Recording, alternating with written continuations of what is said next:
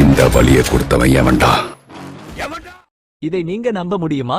ஒரே ஒரு வக்கீல் நோட்டீஸ் 2025 இன் மிகப்பெரிய தமிழ் பிளாக்பஸ்டர் படமான குட் பே டாக்லியையே தடுமாற வைக்க முடியும்னு. ஆமாங்க, இசைஞானி இளையராஜாவே. அஜித் குமாரின் இந்த சாதனை ஹிட் படத்தோட ஒரு பெரிய புயலை கிளப்பியிருக்காரு. ஆனா இங்கதான் ஒரு ட்விஸ்ட். எங்கப்பா, இந்த சர்ச்சை தீயா பரவிட்டே இருக்கும்போதே படம் கோடிகளா அள்ளுது. இன்னைக்கு நாம கோலிவுட்டையே உலுக்கிற ஒரு விவகாரத்தை ஆழமா பார்க்க போறோம். இளையராஜா தன் இசை பாரம்பரியத்தை காப்பாத்துறாரா, இல்ல இது தமிழ் சினிமாவோட எதிர்காலத்தையே மாத்தி எழுத போற ஒரு மோதலா? தொடர்ந்து பாருங்க, என்ன நடக்குதுன்னு நீங்களே நம்ப மாட்டீங்க. சூப்பர், வாங்க எல்லோரும் மீண்டும் வரவேற்கிறோம். இந்த வீடியோல நாம குட் பை டாக்லி விவகாரத்தோட ஒவ்வொரு அடுக்கையும் விலக்கி பார்க்க போறோம். சத்தியமா சொல்றேன், இது ஒரு செம பரபரப்பான விஷயம். இதுல என்னவெல்லாம் பார்க்க போறோம்னா, முதல்ல இளையராஜா சர்ச்சை. அந்த வக்கீல் நோட்டீஸ் பின்னணி என்ன? ஏன் அவர் இந்த அஜித் பட டீம் மேல புகார் தராரு? இரண்டாவதா, படத்தோட மிரட்டலான பாக்ஸ் ஆபீஸ் வசூல் எப்படி ரெக்கார்ட்ஸ் உடைக்குது, போட்டியாளர்களை எப்படி தூக்கி சாப்பிடுது? மூணாவதா, இதோட பெரிய தாக்கம் ரசிகர்கள் மத்தியிலையும் தமிழ் சினிமா துறையிலையும் இது என்ன மாதிரி மாற்றத்தை கொண்டு வரப்போகுது? இதை நீங்க நம்ப முடியுமா? வீடியோ முடியும் போது உங்களுக்கு முழு விஷயமும் பளிச்சுன்னு புரியும். சரி, வாங்க உள்ள போலாம். முதல்ல அந்த அதிர்ச்சி விஷயத்துல இருந்து ஆரம்பிக்கலாம். ஏப்ரல் 10, 2025 இல் குட் பை டாக்லி தியேட்டருக்கு வந்த சில நாட்களிலேயே விழுந்த அந்த குண்டு. தமிழ் சினிமாவுக்கு காலத்தால் அழியாத ஹிட்களை கொடுத்த இசைஞானி இளையராஜா படக்குழுவான மைத்ரி மூவி மேக்கர்ஸ் மற்றும் இயக்குனர் ஆதிக் ரவிச்சந்திரனுக்கு 4 பக்க வக்கீல் நோட்டீஸ் அனுப்பியிருக்காரு. எதுக்கு? தன்னோட புகழ்பெற்ற பாடல்களை அனுமதி இல்லாம பயன்படுத்திட்டாங்களாம். நம்ம மனசோட ஒன்றிய பாடல்கள், தமிழ் சினிமாவின் ஆன்மாவாக கருதப்படும் பாடல்கள். அவை மாற்றப்பட்டு ரீமிக்ஸ் செய்யப்பட்டு வியாபார ரீதியா பயன்படுத்தப்பட்டு இருக்கு. ஆனா அதுக்குரிய உரிமை தொகையோ சம்மதமோ வாங்கலன்னு சொல்றார். இப்ப பாருங்க, இது முதல் தடவை இல்ல. ராஜா சார் எப்பவுமே தன் அறிவுசார் சொத்துரிமை விஷயத்துல கண்டிப்பா இருப்பார். சுமார் 4500 பாடல்களுக்கு மேல இசையமைச்சிருக்கார். இந்த நோட்டீஸ்ல குட் பே டாக்லி படக்குழு தன்னோட தனிப்பட்ட பதிப்புரிமையை மீறி இசையை பயன்படுத்தியிருக்குன்னு குறிப்பிட்டு சொல்லியிருக்காரு. ரசிகர்கள் மத்தியில இது பெரிய பேச்சா இருக்கு. சிலர் அவர் தன் வேலையை பாதுகாக்கிறது சரிதான்கிறாங்க. சிலரோ இது அஜித்தோட பெரிய வெற்றி நேரத்துல தேவையில்லாத விளம்பரம் தேடும் செயல்னு சொல்றாங்க. நீங்க என்ன நினைக்கிறீங்க? இளையராஜா தன் இசை பெருமையை காப்பாத்துறாரா, இல்ல தேவையில்லாத நேரத்துல பிரச்சனையை கிளப்புறாரா? என்னையா இது? சோஷியல் மீடியால பயங்கர விவாதம் போயிட்டு இருக்கு. எக்ஸ் தளத்துல ரசிகர்கள் பிரிஞ்சிருக்காங்க. சிலர் இது தமிழ் சினிமாவின் கூட்டு முயற்சிக்கு செய்யும் துரோகம்ங்கிறாங்க. சிலரோ ராஜா சார் தனக்கு சேர வேண்டியதுக்காக போராடுறார்னு வாதாடுறாங்க. படக்குழு இன்னும் பொதுவா எந்த பதிலும் சொல்லல. ஆனா படத்தோட இந்த பிரம்மாண்ட வெற்றி நேரத்துல இந்த சர்ச்சை வந்தது ரொம்ப முக்கியமானது, அல்லது வினோதமானதுன்னே சொல்லலாம். இது நம்மள அடுத்த விஷயத்துக்கு கூட்டிட்டு போகுது. சரி, இப்போ நம்பர்ஸ் பத்தி பேசுவோம். ஏன்னா குட் பை டாக்லி வசூல்ல சரித்திரம் படைச்சிட்டு இருக்கு. இந்த அஜித் குமார் படம் ஆதிக் ரவிச்சந்திரன் இயக்கத்துல முதல் நாள் தமிழ்நாட்டுல மட்டும் 28.5 கோடி வசூல் பண்ணி அஜித்தோட கெரியர்லயே பெஸ்ட் ஓப்பனிங்க கொடுத்திருக்கு.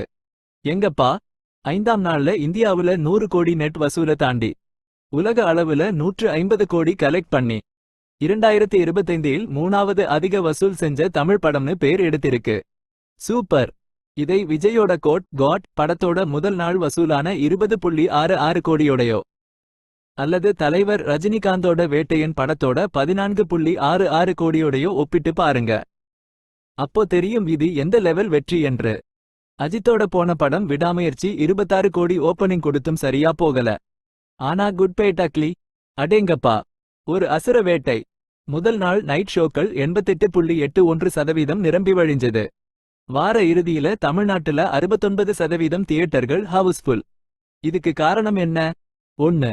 அஜித்தோட மாஸ் அப்பீல். ரசிகர்கள் அவரோட ரெட் டிராகன் கேங்ஸ்டர் ரோல கொண்டாடுறாங்க. கூடவே த்ரிஷா, அர்ஜுன் தாஸ், ஜாக்கி ஷெராஃப்னு நட்சத்திர பட்டாளம். ஆதிக் ரவிச்சந்திரனோட பக்கா ஃபேன் பாய் சம்பவம். அஜித்தோட பழைய ஹிட் படங்களை ஞாபகப்படுத்துற காட்சிகள். ஆனா ஒரு ட்விஸ்ட், கதை ரொம்ப சுமார் மெல்லிசா இருக்குன்னு சில விமர்சனங்கள் வந்தாலும் பாக்ஸ் ஆபீஸ் போய் சொல்லாதே. மக்கள் கூட்டமா தியேட்டருக்கு வராங்க. யானைக்கும் அடி சறுக்கும்னு சொல்வாங்க. ஆனா இங்க விமர்சனங்களையும் தாண்டி வசூல் அள்ளுது. அஜித்தோட ஸ்டார் பவர் இல்லாம குட் பே டக்லி இந்த அளவுக்கு வெற்றி பெற்றிருக்குமா? இல்ல இதுக்கு பின்னாடி வேற காரணங்களும் இருக்கா? அட, படம் ரிலீஸ் ஆன முதல் நாளே ஆன்லைன்ல லீக் ஆச்சு. ஆனாலும் வசூல்ல பட்டைய கிளப்பிருக்கு. இதான் ஃபேன்ஸ் பவர். ஆனா இதெல்லாம் தமிழ் சினிமாவுக்கு என்ன அர்த்தம் கொடுக்குது?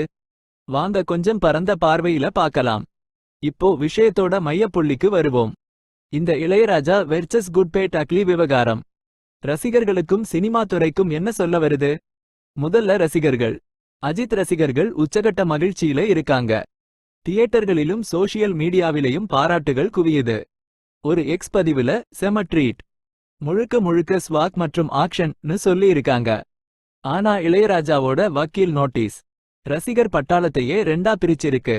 சிலர் இது தமிழ் ரசிகர்களுக்கான ஒரு அன்பளிப்பு மாதிரி இருக்கிற படத்தை அவமதிக்கிற செயல்கிறாங்க. மற்றவர்களோ ராஜா சார் பதிப்புரிமை மீறலோட பலியாடுன்னு சொல்றாங்க. இது கிட்டத்தட்ட தலைவர் படங்களுக்கு வர்றா எதிர்பார்ப்பு மாதிரி. ஆனா இங்க சர்ச்சை வேற லெவல்ல இருக்கு. இது வெறும் ஒரு படத்தோட பிரச்சனை இல்ல, கோலிவுட் சிஸ்டத்துல இருக்கிற ஓட்டைகளை இது காட்டுது. பிளாக்பஸ்டர் படங்களை எடுக்கிற அவசரத்துல கலைஞர்களோட உரிமைகள் அடிக்கடி புறக்கணிக்கப்படுதான்ற பெரிய கேள்வியை எழுப்புது. கடந்த 10 வருஷத்துல தமிழ் சினிமால இசை பதிப்புரிமை தொடர்பான வழக்குகள் 30% அதிகரிச்சிருக்கிறதா தகவல்கள் சொல்லுது. இந்த கேஸ்ல இளையராஜா ஜெயிச்சா தயாரிப்பாளர்கள் ஒப்பந்தங்களை இன்னும் சரியா போட வேண்டிய கட்டாயம் வரும். முன்னாடியே பணம் செலுத்த வேண்டியிருக்கும். இது பட்ஜெட்டை கூட்டலாம், ஆனா கலைஞர்களை பாதுகாக்கும். மறுபக்கம் குட் பே டக்லி வெற்றி தமிழ் ரசிகர்கள் இன்னும் தலைவர் படங்கள் மாதிரி பிரம்மாண்டமான என்டர்டெய்னர் படங்களை விரும்புறாங்கன்னு நிரூபிக்குது. இது மாஸ் ஆடியன்ஸை இன்னும் திருப்திப்படுத்துதுன்னு காட்டுது. விக்ரமோட வீர தீர சூரன் போன்ற போட்டி படங்களை முந்தி 2025 டாப் 5 இந்திய படங்கள்ல இடம் பிடிக்க பாக்குது. நெட்ஃபிளிக்ஸ் 95 கோடிக்கு ஸ்ட்ரீமிங் உரிமைய வாங்கியிருக்கு. படத்துக்கு டிஜிட்டல்லையும் பெரிய ஆயுசு இருக்கு. ஆனா இந்த சர்ச்சை படத்தோட புகழுக்கு களங்கம் ஏற்படுத்துமா? இது மாதிரி சட்ட போராட்டங்கள் சாதாரணமா ஆயிட்டா தமிழ் சினிமா தொடர்ந்து இப்படியான மெகா ஹிட்களை கொடுக்க முடியுமா? சினிமா உலகமே இதை உன்னிப்பா கவனிக்குது. இளையராஜா விடாப்பிடியா இருந்தா இது ஒரு முக்கியமான வழக்கா மாறலாம். இப்போதைக்கு குட் பே டக்லி ஒரு முரண்பாடு. தாறுமாறா ஓடுற ஹிட் படம், ஆனா சட்ட சிக்கல்ல மாட்டியிருக்கு. அதனாலதான் நாம இத பத்தி பேச வேண்டியிருக்கு.